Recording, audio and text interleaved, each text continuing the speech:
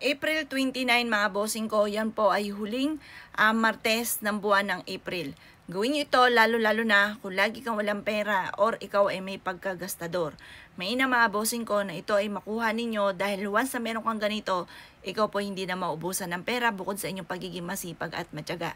Kasi hindi pugit ikaw ay masipag, matyaga, madiskarte, hindi ka na maubusan ng pera mga bossing. Minsan po nga malaking question mark mo yan kung bakit lagi kang walang pera mga bossing bagamat lahat na inirakit ninyo. Kapag ganyan na sitwasyon, kailangan nyo po nito. Kumuha ka, maghanap ka na ng ganito, ng kuntil ng luya. Napakaswerte ng kuntil ng luya, lalo na sa pera. Ngayon pa mga bossing, ilagay nyo lang siya, putulin nyo lang to. Ito, kunin nyo lang to. Tapos isiksik nyo sa wallet po ninyo.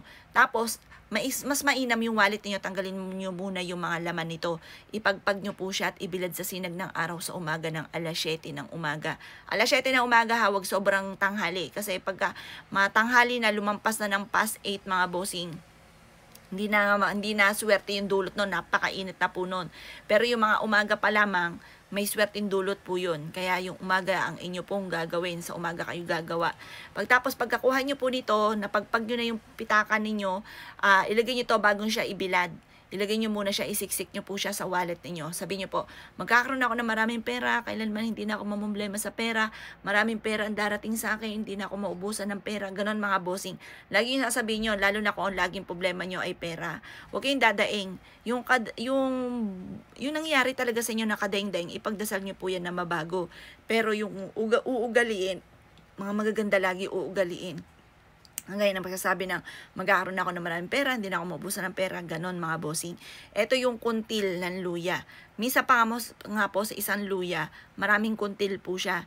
Yun, ilagay nyo na siya sa inyo pong bag, ilagay nyo sa lagay ng kaha, sa kaperahan ninyo, kasi may kakayahan siya para umusbong, parang dumami, imbis po na nauubos, parang money tree. Imbis na nauubos yung pera nyo, dadami po siya, may kakayahan siya na magpadami ng kaperahan.